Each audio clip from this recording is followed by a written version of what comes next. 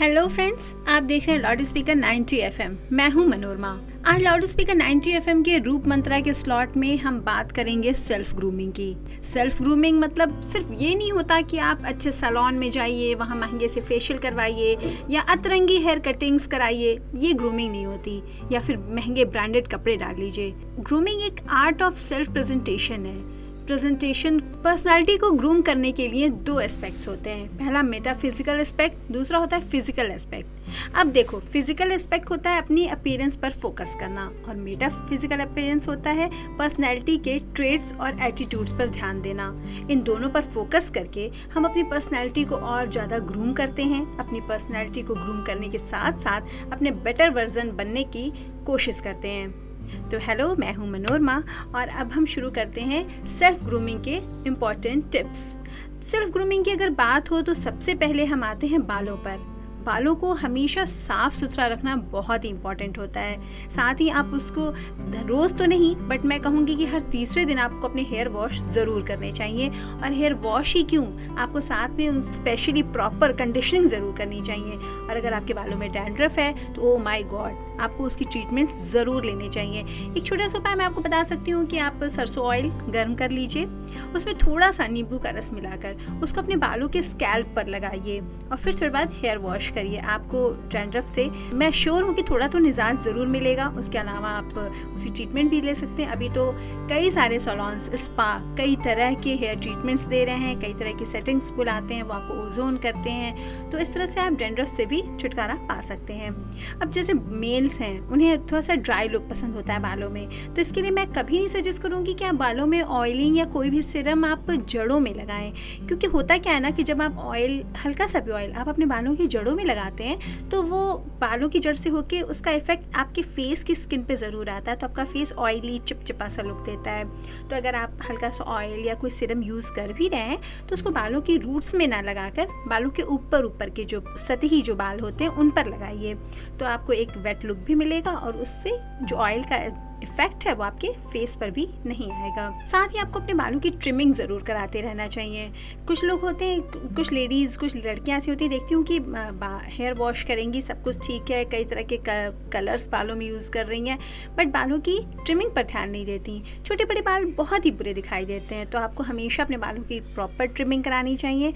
और हाँ, अपने बालों को हमेशा सेट रखना चाहिए। जो भी हेयर स्टाइल आप अपनाइए, चाहे बन बनाइए, चाहे आप चोटी बनाइए, बाल आपके सेट होने चाहिए। ऐसा नहीं कि हमेशा लहराती हुई जुल्फ़ें आपके फेस पर उड़ उड़ के आ रही हैं, तो वो बहुत मैसी सा लुक देता है। अब इसके बाद हम आते हैं अपने लिप्स पर। कभी जब आप मिलते हैं किसी इंसान से, उसके फेस को देखते हैं तो आपकी नज़र उसके लिप्स पे ज़रूर जाती है। लिप्स जब ड्राई होते हैं ना तो बहुत ही बैड लुक देते हैं। अगर आप बहुत केयर नहीं भी कर सकते तो आपके घर में मलाई होगी, दूध की मलाई या देशी घी, वो हल्का से लेकर आप अपने होठों पर लगा सकते हैं। उससे आपके होठ मॉइस्चराइज्ड रहेंगे, मुलायम रहेंगे, सॉफ्ट रहेंगे और क्रैकी नहीं दिखेंगे।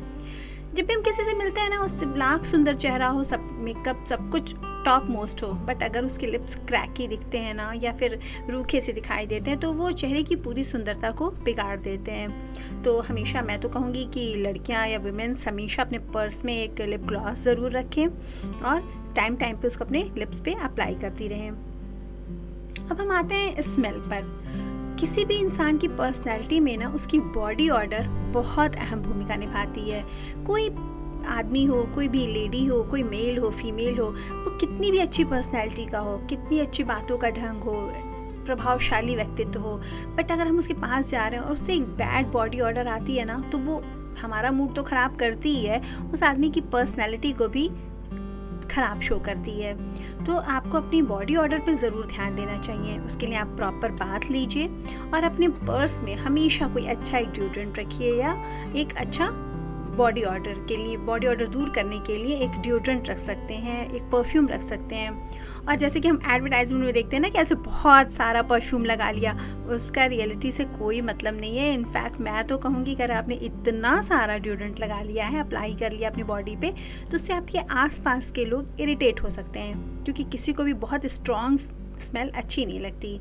तो आप बॉडी ऑर्डर अच्छा रखने का मतलब है, सेंस है कि आपको अपनी बॉडी से अच्छी अच्छी खुशबू आए और आपके आसपास से भी जो लोग गुजरें उनको अनकंफर्टेबल ना फील हो, सिर्फ इतनी वो स्मेल होनी चाहिए आपकी बॉडी में।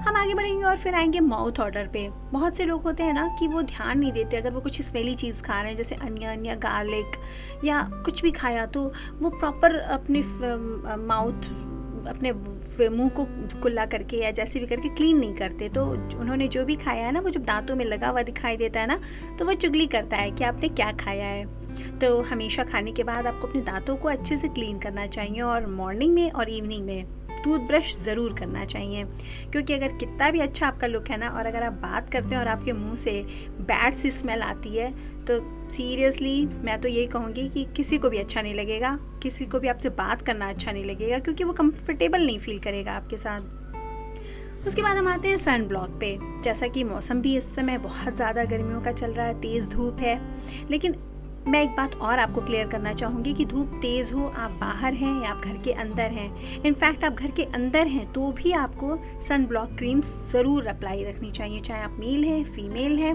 आपको सन ब्लॉक क्रीम लगानी ही लगानी है, क्योंकि घर में भी आप लाइट्स के कांटेक्ट में हैं, तो आप वहाँ पे भी स्किन टैन होती है, तो सन ब्लॉक ज़रूर यूज़ करें। फिर हम आते हैं स्किन केयर पे। स्किन केयर से हम मतलब लेते हैं सिर्फ हमें अपनी फेस की स्किन का ध्यान रखना है, नहीं, यहाँ मैं कहूँगी आप बिल्कुल गलत हैं। आपको ओवरऑल अपनी बॉडी की स्किन का ध्यान रखना है। जैसे कि हम एल्बो पे आए, कोहनी वाला हिस्सा, आप देखेंगे बहुत सी औरतें, लड़कियाँ, आदमी, उनका ये हिस्सा काला सा दिखाई देता है। या अगर फेस की बात करें तो आँखों के नीचे का हिस्सा या आँखों के जो पोर होते हैं वहाँ पे ड्राइनेस सी दिखाई देती है, वाइट वाइट सा, वो दिखने में काफ़ी बुरा होता है और उससे फेस की एजिंग भी पता चलती है। तो जब भी आप मॉइस्चराइज़र लगाइए, क्लीनिंग करिए, तो फेस के साथ साथ नेक, पीछे के गर्दन का जो हिस्सा है वहाँ, आपकी कुहनी, एल्बो जो है, पाँव के घुटने जो हैं, इन सब पे आप केयर करिए। यहाँ पे मॉइस्चराइज़र क्रीम अप्लाई करिए, क्लीनिंग करते रहिए। उसके बाद हम आते हैं नेल्स पे। अक्सर हम देखेंगे ना कि किसी के हाथ पाँव बहुत सुंदर है, लेकिन सडनली हमारी नज़र जब उनके नाखूनों पर जाती है ना, कुछ लेडीज़ को, आदमियों को आदत होती है वो अपने नाखून चबाते रहते हैं, या ऐसे भी दिन में, अगर आप, अभी तो कोरोना के बाद से हम लोग के हैबिट में आ गया है बार बार हाथों को वॉश करते रहना, तो ये तो एक गुड हैबिट है, बट आप हाथों को जितना वॉश करते हैं ना, आपके हाथों की स्किन उतनी डल, उतनी रफ़ होती जाती है, क्योंकि वो रूखी होती है। और जनरली लोगों की हैबिट में ये नहीं होता कि वो जितनी बार हैंड वॉश करें उतनी बार वो मॉइस्चराइज़र अप्लाई करें।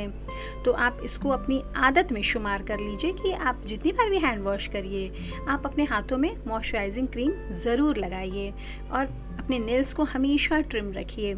ये नाखूनों के किनारे के जो हिस्से होते हैं ना, इनको क्यूटिकल्स बोलते हैं, इनको पीछे दबाने की ज़रूरत होती है, वरना ये नेल्स के ऊपर आ जाते हैं। बट इसको आप खुद नहीं कर सकती, क्योंकि ऐसा करने से उसमें ब्लीडिंग भी हो सकती है। तो इसको आप पार्लर में जा कर के, या कई सारे किट्स आते हैं मैनिक्योर के, उन पिन्स के थ्रू आप इन क्यूटिकल्स को पीछे कर सकती हैं। या नेल बफर्स आते हैं, जिनको, उनसे अपने नाखूनों को रब कर देने से आपके नाखूनों में शाइन आ जाती है। तो ये बात तो हुई नेल्स केयर की। अब हम आते हैं ज्वेलरी पर। जब हम ड्रेसअप होते हैं, चाहे हम एथनिक ड्रेसेस डालें या ट्रेडिशनल ड्रेसेस डालें, तो उसके अकॉर्डिंग थोड़ी बहुत ज्वेलरी हम ज़रूर डालते हैं। तो आपको ये ज़रूर ध्यान रखना है कि आपकी ज्वेलरी आपके कपड़ों से हैवी नहीं होनी चाहिए। अगर कपड़े आपके सिंपल हैं तो आप हैवी सा थोड़ा सा चोकर डाल सकती हैं, लेकिन अगर कपड़े ऑलरेडी हैवी हैं तो आपको अपनी ज्वेलरी लाइट रखनी चाहिए। और अगर ज्वेलरी की बात करें तो मुझे लगता है सबसे इम्पॉर्टेंट होता है ना एक हैंड वॉच। वो आपको स्मार्ट लुक भी देता है और साथ ही आपके हाथों की घड़ी ये शो करती है कि आप समय के कितने पाबंद हैं। और सीरियसली मुझे तो लगता है कि वो लोग मुझे बहुत इम्प्रेस करते हैं जो टाइम के पाबंद होते हैं, समय के पाबंद होते हैं। तो कहीं भी जाइए तो आपके हाथों में एक वॉच ज़रूर होनी चाहिए। अब हम आते हैं ड्रेसेस पे। बहुत से लोग फैशन कॉन्शियस होते हैं, फैशन की ट्रेंड्स के कपड़ों को बहुत फॉलो करते हैं, लेकिन मैं तो कहूँगी ना बॉस, कपड़े वही डालो जो तुम्हारी बॉडी को सूट करें। बिल्कुल आंखें बंद करके किसी भी फैशन को फॉलो करना मुझे नहीं लगता कि ये सही है। कपड़े आप वही पहनिए जो आपकी बॉडी पोस्चर को सूट करें, जो आपकी बॉडी पोस्चर को उभारें, निखारें, ना कि आपको डल कर दें। अब जैसे कि कोई शॉर्ट लेंथ की लड़की है और वो अगर पोल्का डॉट पहनती है तो उसकी हाइट और शॉर्ट लगेगी, या अगर वो बड़े बड़े फ्लावर्स के प्रिंट्स डालती हैं तो वो और शॉर्ट दिखाई देंगी। ऐसे में आपको हॉरिजॉन्टल लाइंस पहननी चाहिए। जिससे कि आप लंबी शो होंगी। ऐसे बहुत सारे कपड़ों के ट्रेंड्स होते हैं जिनको फॉलो करके आप अपने बॉडी के बैड पॉइंट्स को हाइड कर सकती हैं। तो कपड़े वही पहनिए जो आपके बॉडी को सूट करें, जो आपके बॉडी पोस्चर को निखारें। लास्ट एंड लीस्ट हम आते हैं शूज़ पे। मेरी बात थोड़ी सी आपको अटपटी लगेगी क्योंकि लगता है कि अरे यार हम ऊपर से तो इतने अच्छे ड्रेसअप हैं, सब कुछ अच्छा पहन रखा है, फेस सब कुछ फर्स्ट क्लास है, शूज़ पे कौन ध्यान देगा। लेकिन नहीं, रिसर्च बताती है कि जब भी हम किसी से मिलते हैं ना तो हमारा ध्यान उसके शूज़ पे ज़रूर जाता है। आप खुद भी देखिएगा, जब भी आप किसी से मिलती हैं, बातें करते करते आपकी नज़र उसके शूज़ पे ज़रूर जाती होगी।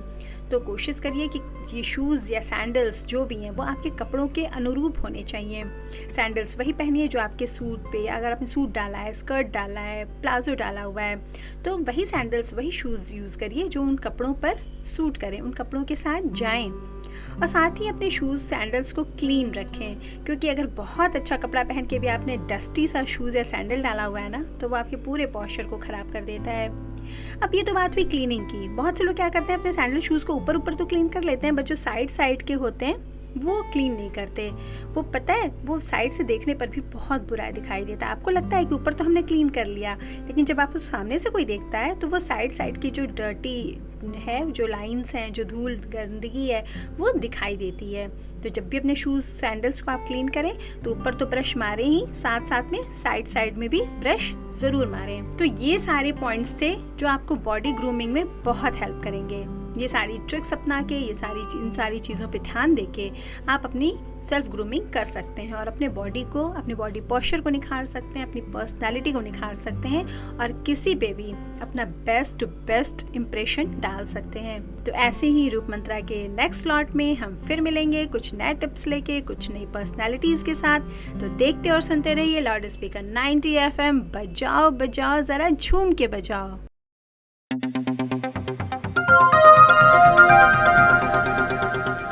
बजाओ जरा झूम के बजाओ, बजाओ बजाओ जरा झूम के बजाओ।